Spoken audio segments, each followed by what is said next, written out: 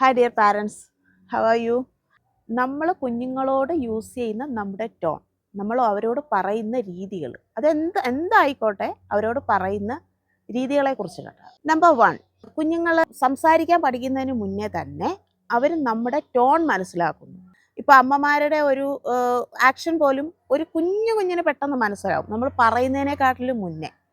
Number 2, നമ്മൾ കുഞ്ഞുങ്ങളുടെ മുന്നിൽ നമ്മൾ ആൻഷ്യസ് ആയാൽ കുഞ്ഞുങ്ങളും ആൻഷ്യസ് ആവും. നമ്മൾ സ്ട്രോങ് ആയി നിന്നാൽ കുഞ്ഞുങ്ങളും സ്ട്രോങ് ആണ്. നമ്മൾ ഓക്കെ ആണെങ്കിൽ നമ്മുടെ മക്കളും ഓക്കെയാണ്. അത് എന്ത് കാര്യത്തിനായാലും. പോയിന്റ് നമ്പർ 3, നമ്മൾ കുഞ്ഞുങ്ങളോട് സംസാരിക്കുന്ന രീതി, അത് കുഞ്ഞുങ്ങളിൽ ആ കാര്യത്തിനെ കുറിച്ചുള്ള സീരിയസ്നെസ് അവർ മനസ്സിലാക്കുന്നതിലുപരി നമ്മുടെ ആ ടോൺ ആയിരിക്കും അവരുടെ മനസ്സിൽ ഇങ്ങനെ സ്ട്രോങ് ആയിട്ട് നിൽക്കുക. നമ്പർ 4, നമ്മൾ കളിയാക്കുന്നതും കളിപ്പിക്കുന്നതും ടോട്ടലി ഡിഫറൻസ് ആണ്. ഇപ്പോൾ കുഞ്ഞുങ്ങൾ ഇപ്പോൾ പുറത്തേക്ക് ഇറങ്ങിപ്പോയി ഒരു പബ്ലിക്കിൻ്റെ മുന്നിൽ, നമ്മളൊക്കെ വിചാരിക്കും കുഞ്ഞുങ്ങളല്ലേ അവർക്കതൊന്നും മനസ്സിലാവുന്നു. പക്ഷെ അങ്ങനെ അല്ല. നമ്മുടെ മുതിർന്നവരെക്കാട്ടിലും ഈ കാര്യങ്ങൾ മനസ്സിലാക്കുന്നത് കുഞ്ഞുങ്ങളുടെ മനസ്സിലാണ്.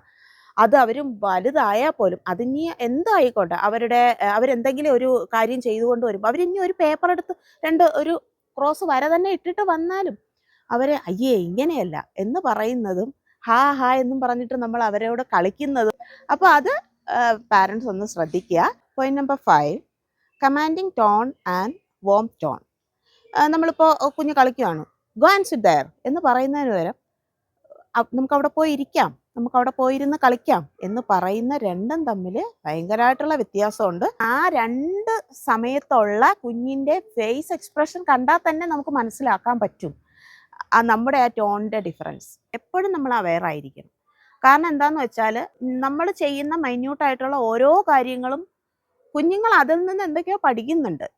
അവരുടെ ഫ്യൂച്ചർ ലൈഫിലും അവർക്ക് അതൊക്കെ അവരുടെ ഒരു മെമ്മറിയിൽ ഉണ്ടാവും. കാരണം കുഞ്ഞുങ്ങൾ ഒട്ടും മറക്കാത്ത കാര്യമാണ് അവരുടെ ആ ചൈൽഡ്ഹുഡിൽ ഉണ്ടാകുന്ന കാര്യങ്ങൾ. നമ്മളൊക്കെ വിചാരിക്കും 1 വയസ്സല്ലേ ഉള്ളൂ, 2 വയസ്സല്ലേ ഉള്ളൂ, 3 വയസ്സ്. പക്ഷെ അങ്ങനെ ഒന്നുമല്ല.